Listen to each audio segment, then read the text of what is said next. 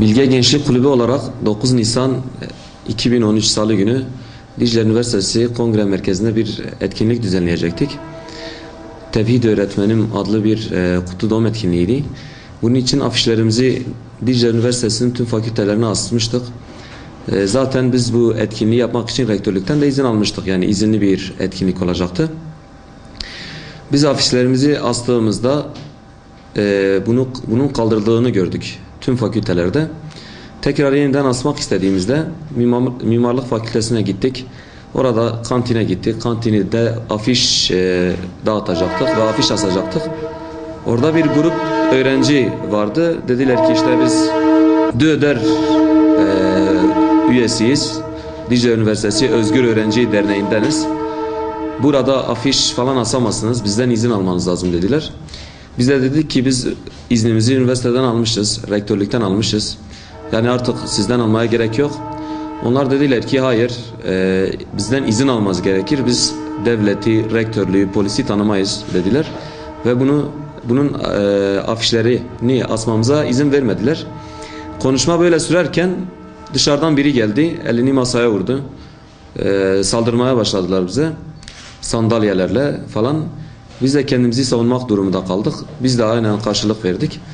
Olay kantinde son bulunca biz dışarı çıktık. Herhalde anlaşmış olmalılar ki eğitim fakültesinden bir grup daha vardı. Bize doğru saldırıya geçtiler eğitim fakültesi yönünden. Oradaki arkadaşlarımıza saldırdılar. Sopalı, taşlı.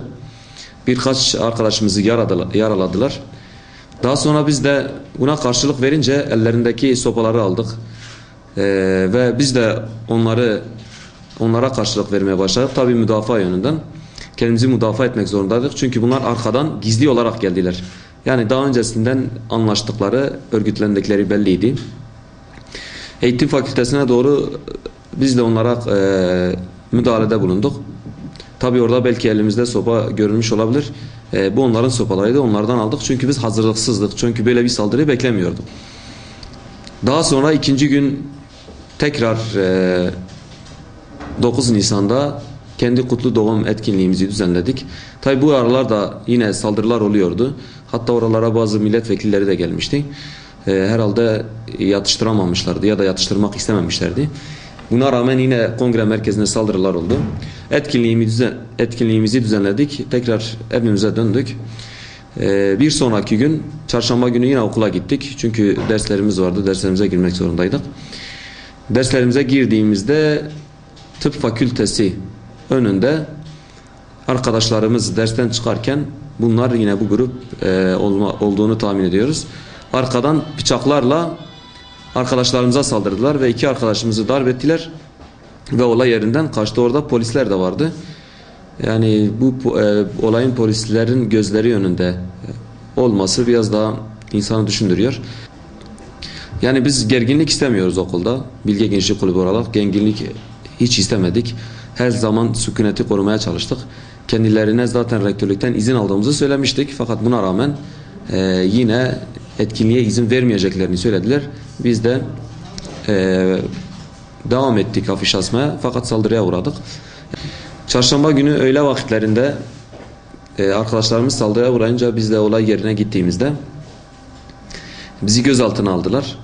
Çarşamba günü öğle vakitleri. Cuma vakti akşamda savcılık tarafından serbest bırakıldık. Zaten suçsuz olduğumuz belliydi. Saldırıya uğrayan taraf bizdik. Cuma akşam saatlerinde savcılıkta, mahkeme önünde serbest bırakıldık. Yani bundan sonra da saldırıda bulunan taraf biz olmayacağız. Hiçbir zaman da saldırı taraftarı olmadık.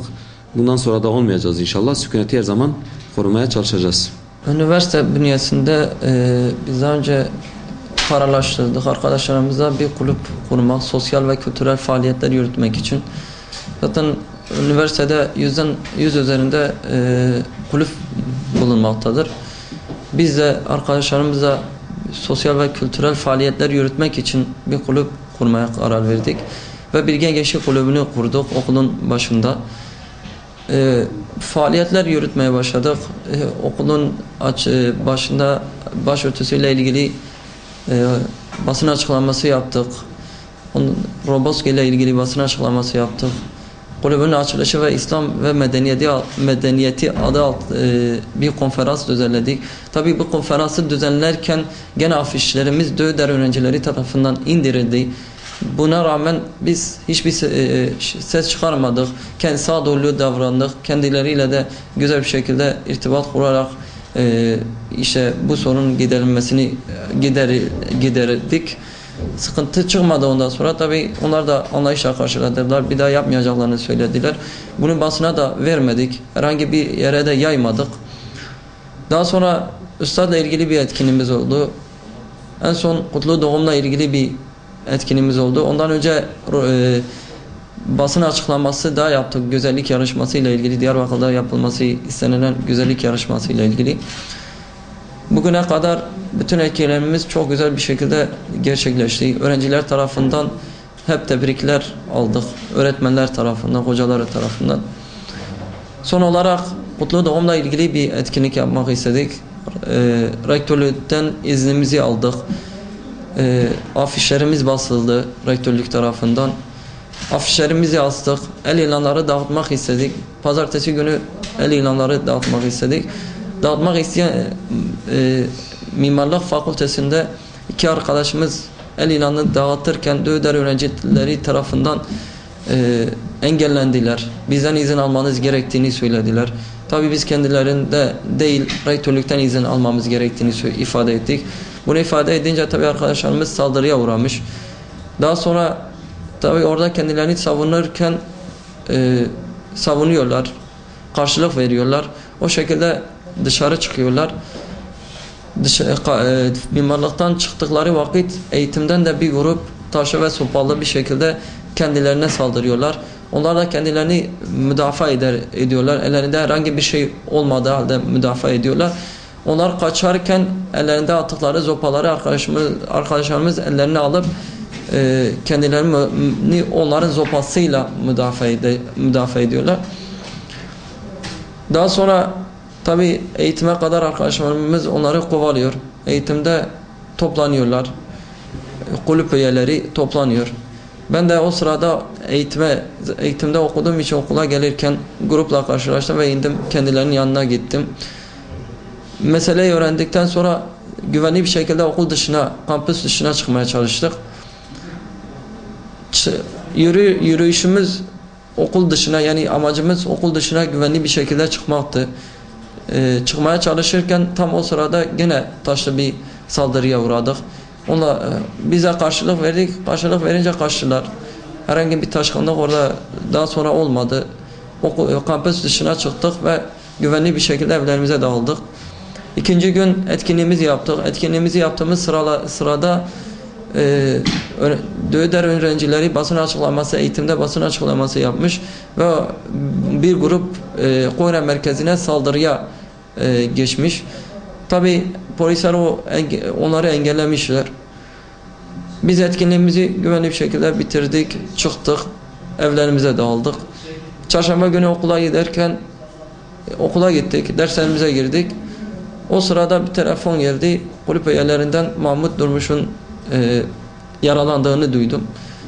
Oradan eğitimden tıp fakültesine gittim. Acile kaldırıldığını duyunca oraya yöneldim. Yönelirken tıp fakültesi önünde polisler tarafından gözaltına alındık. Kendilerine ifade etmeye çalıştık. Arkadaşımızın yanına gitmeyi istediğimizi. Fakat gene gözaltına aldılar. Cuma akşamı bizi savcılığa sevk ettiler ve serbest bıraktılar.